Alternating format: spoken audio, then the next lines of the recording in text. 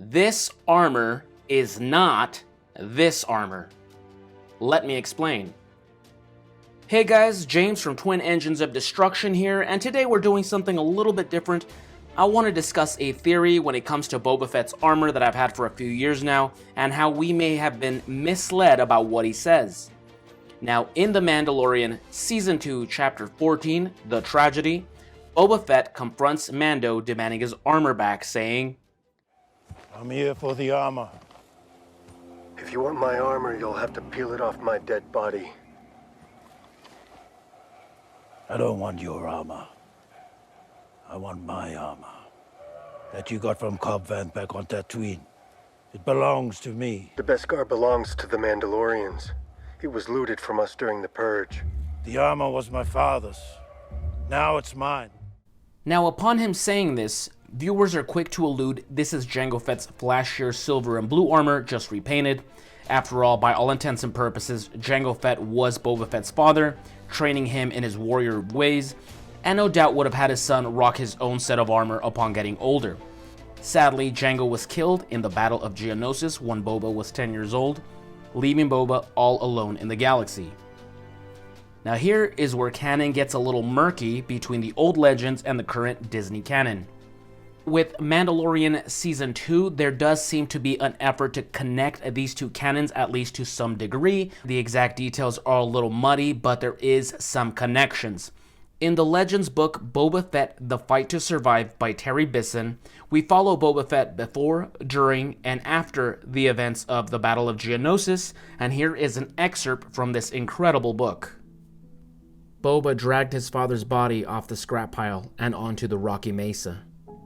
He removed his battle armor and set it aside. He took one last look at the strong arms and legs that had protected him. Then, using a droid arm for a shovel, he buried his father in a sandy grave overlooking the desert. The broken droid arm made a J, and he found another that bent to make an F. He arranged them on top of the grave. Boba suddenly felt very tired. He sat down, wished he had something to eat. He shivered. The wind off the desert was cold. He realized how much he was going to miss his father, who had protected him, guided him, loved him, and now he was all alone. And for the first time in a long time, he wept. It was time to think clearly, time to make plans. First was taking care of the Mandalorian battle armor, the suit, the helmet, the jetpack, and all the weaponry. It will be yours someday, his father had said, but for now, Boba was too small to wear it or even carry it around. So he cleaned it, then hid it in a small cave under a cliff. He would reclaim it later. Boba got the battle helmet out of the cave to bring with him, just in case. Since Jango almost always wore it, it would contain unlocking codes.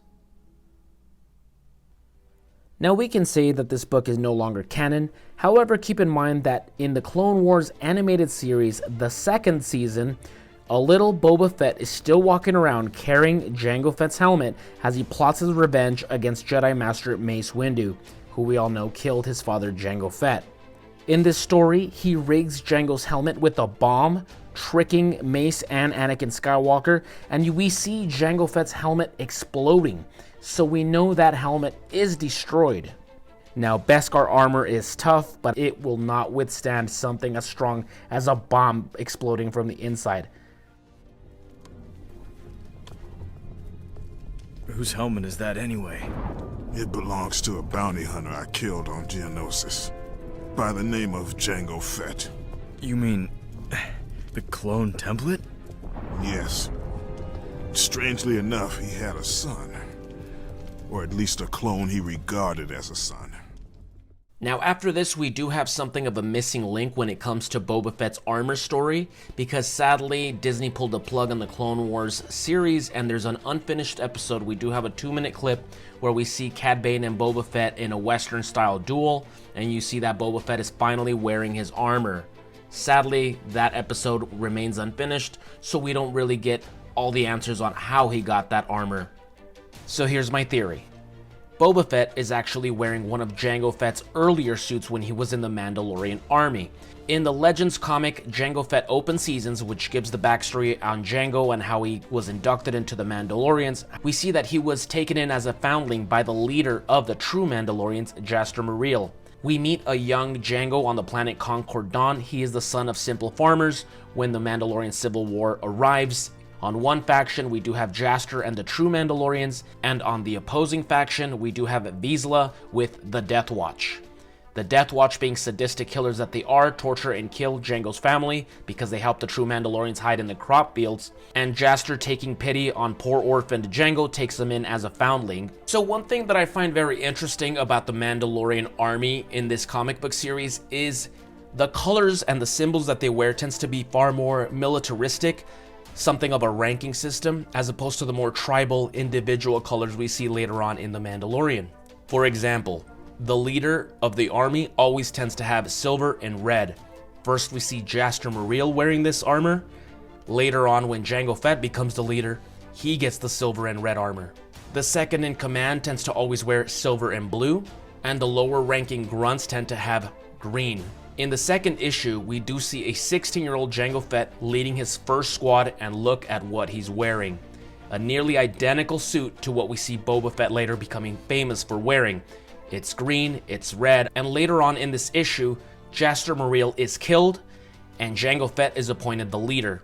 We see Jango Fett a few years later, he is wearing silver and red, so it looks like he got not only a promotion, but a new set of armor. It appears that Beskar was far more abundant back then, so warriors were able to have multiple suits and spare parts, as opposed to later on where it's become far more rare. So this leads me to believe that once Jango Fett got his silver and red, he put away that green armor, and that's the armor that he saved for Boba Fett. Side note, the reason why Jango Fett has silver and blue later on is because his armor was taken away from him by a corrupt king, and that king had it painted to his liking, and then Jango Fett stole it back from him, and he just never bothered to repaint it his older colors again. Now here's where I believe Boba Fett is wearing the armor that his father had, because if you think about it, Boba Fett is not a Mandalorian. He doesn't care about their symbols, their culture, anything like that. He has no connection to the Mandalorians themselves.